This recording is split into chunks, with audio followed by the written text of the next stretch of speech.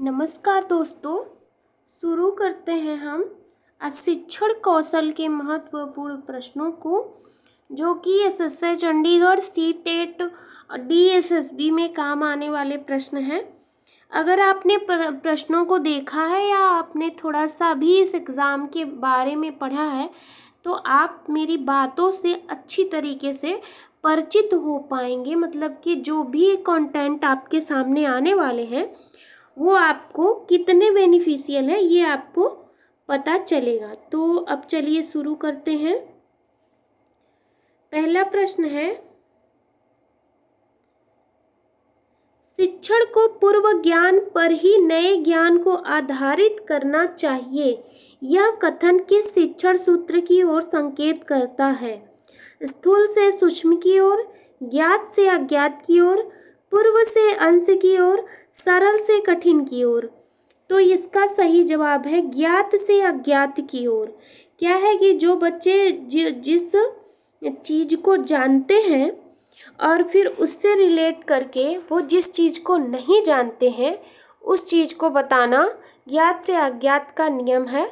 मतलब कि जैसे कोई बच्चा ए4 नहीं जानता, ए क्या है, ए अल्फ़ाबेट नहीं जानता, लेकिन वो एप्पल जानता है क्योंकि वो अपने परिवार में एप्पल को ज़रूर देखा है।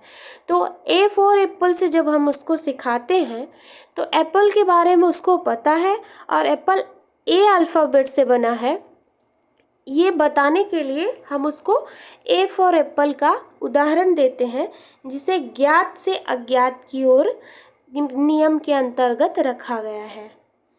नेक्स्ट है, शिक्षण का सत्तावादी स्तर है शिक्षक केंद्रित, अनुभव केंद्रित, प्रधानाध्यापक केंद्रित या छात्र केंद्रित। तो छात्र केंद्रित होगा तो उसमें सत्तावादी नहीं, लोकतंत्रात्मक होगा। प्रधानाध्यापक केंद्रित नहीं होगा, अनुभव केंद्रित नहीं, ये होता है शिक्षक केंद्रित। जब शिक्षक अपनी सत्ता का उपयोग करके, कि शिक्षक ही सर्वे सर्वा है, शिक्षक ही जो बोलेगा बच्चे वही करेंगे, वो अपनी सत्ता का निर्धारण करके अपने हिसाब से चीज़ों को करवाता है, तो वो शिक्षण का सत्तावादी स्तर कहलाता है। शिक्षण के आधार पर कितने चर हैं? शिक्षण के आधार पर कितने चर हैं 3, 4, 1, 2। तो शिक्षण के आधार पर 3 चर हैं, मतलब साधन इसमें पूछा है।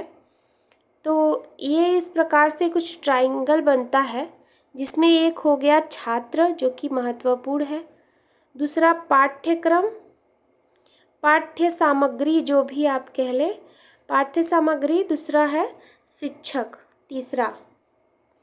ये इनके पिलर हैं, इनके चर हैं। बच्चे की बुद्धि लब्धि 90 से 110 के मध्य है, वह है सामान्य बुद्धि, प्रखर बुद्धि, उत्कृष्ट बुद्धि, प्रतिभाशाली। तो ये सामान्य बुद्धि के लक्षण है। प्रखर बुद्धि में आ जाता है, प्रखर बुद्धि में आई थिंक आएगा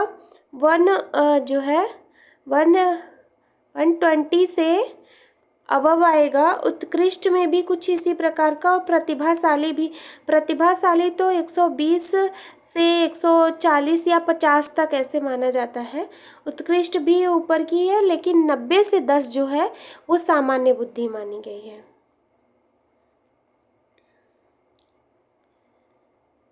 बच्चे के लिए निःशुल्क एवं अनिवार्य शिक्षा का अधिकार अधिनियम कितने वर्ष के बच्चे के लिए लागू है?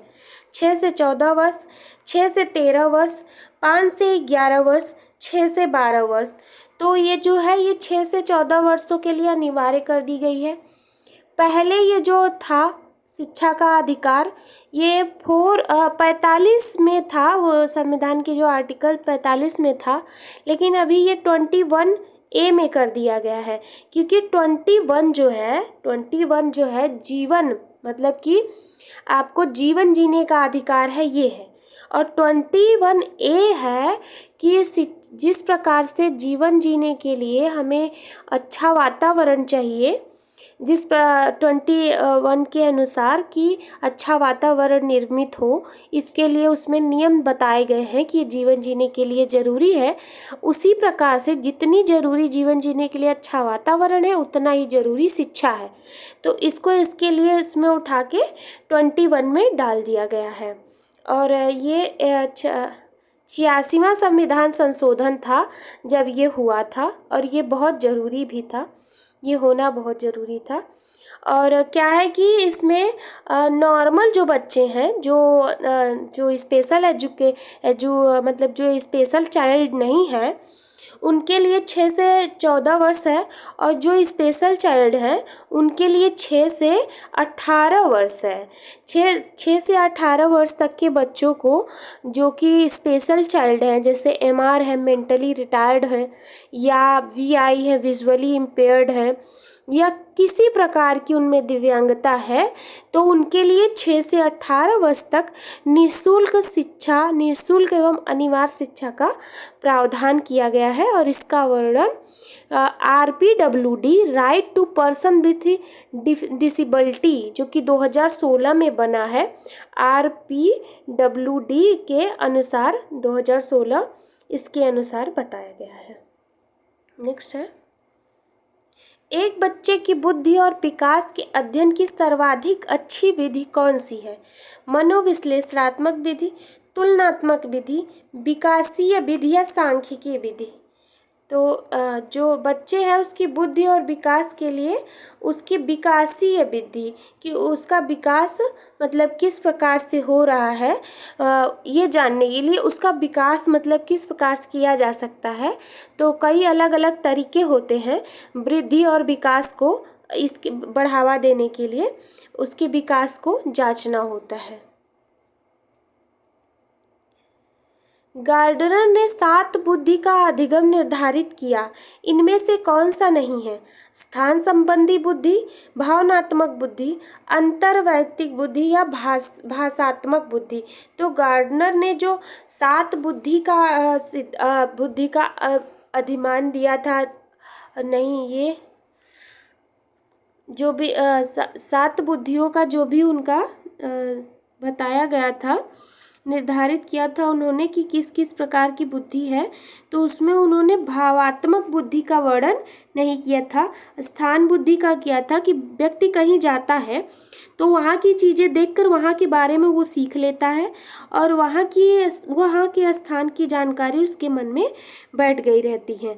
अंतर्वैयक्तिक बुद्धि, वो अपने मन से जो प्रकट करता है वो। भाषात्मक बुद्धि मतलब उसको किस प्रकार की भाषा का प्रयोग करना है, ये। और भावात्मक बुद्धि का उन्होंने प्रयोग नहीं किया था। यदि एक बच्चे की मानसिक आयु 5 वर्ष तथा वास्तविक आयु 4 वर्ष है, तो उस बच्चे की बुद्धि लब्धि होगी। ये जो है बुद्धि लब्धि निकाला जाता है। इसका सही जवाब 125 है। इसका सूत्र पूछा जाता है, तो सूत्र है MA मेंटल एज है, उसके बाद CA, उसके बाद गुणे 100। ये इसका वो पूछा जाता है। जैसे मानसिक आयु हिंदी में भी बहुत ऊपर नीचे रहता है, मानसिक आयु, उसके बाद है कालक्रमिक आयु, क्रमिक आयु, और फिर गुणे 100 कर देंगे। इधर जगह नहीं है तो आप यही समझ लो, ये इंग्लिश में हिंदी में है, लेकिन इसी प्रकार की जब रहेगा यहाँ पे गुणे 100 रहेगा, कभी देख लीजिएगा पहले 100 दे देगा, या कालक्रमिक आय ऊपर दे देगा, मानसिक आय नीचे दे देगा, CA ऊपर, या गुणे पहले दे देगा। तो ये ध्यान दीजिएगा कि इसका सही जो है सूत्र यही है। सूत्र पूछा जाता है और पूछा भी जाएगा। मनोविज्ञान शिक्षा का आधारभूत विज्ञान है, ये किसने कहा था? BN Jha, screener, Davis, Woodworth. तो ये स्क्रीनर द्वारा कहा गया था कि मनोविज्ञान शिक्षा का आधारभूत विज्ञान है। हिंदी अक्षरों को बालक किस आयु में पहचानने लगते हैं? 3 वर्ष में, 4 वर्ष में, 5 वर्ष में या 6 वर्ष में? तो 5 वर्ष में हिंदी अक्षरों को बालक पहचानने लगते हैं। एलेक्सिया क्या है? एलेक्सिया पढ़ने की अक्षमता, लिखने की अक्षमता, सीखने की अक्षमता, सुनने की अक्षमता। तो ये पढ़ने की अक्षमता है, लिखने की अक्षमता है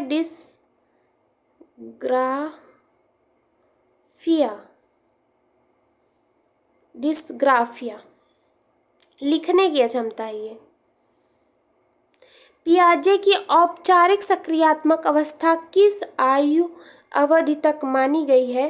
तो 11 से 15। औपचारिक ये है, अनौपचारिक ये है, ये संवेदी अवस्था ऐसे करके है बाल, और ये जो है इसी प्रकार से पूर्व सक्रियात्मक अवस्था, इसी प्रकार से इन्होंने 4 स्तरों में बांटी थी। नेक्स्ट है, गर्भ में बालक को विकसित होने में कितने दिन लगते हैं? 150 दिन, 280 दिन, 390 दिन, 460 दिन। तो ये गर्भ में बच्चों को विकसित होने में 280 दिन का समय लगता है। किस मनोवैज्ञानिक ने अपने 3 वर्षीय पुत्र का अध्ययन किया था? Pestalozzi, Watson, Stanley Hall, James Sully. तो पेस्टोलॉजी जी ने अपने 3 वर्षीय पुत्र का अध्ययन किया था। बालक का विकास होता है सिर से पैर की ओर, पैर से सिर की ओर, दोनों ओर से, इनमें से कोई नहीं। तो सिर से पैर की ओर बालक का विकास होता है। तो धन्यवाद। आज का प्रश्न यहीं तक था। आप लोगों को प्रश्न कैसा लगा ज़रूर बताइएगा मैसेज करके। धन्यवाद।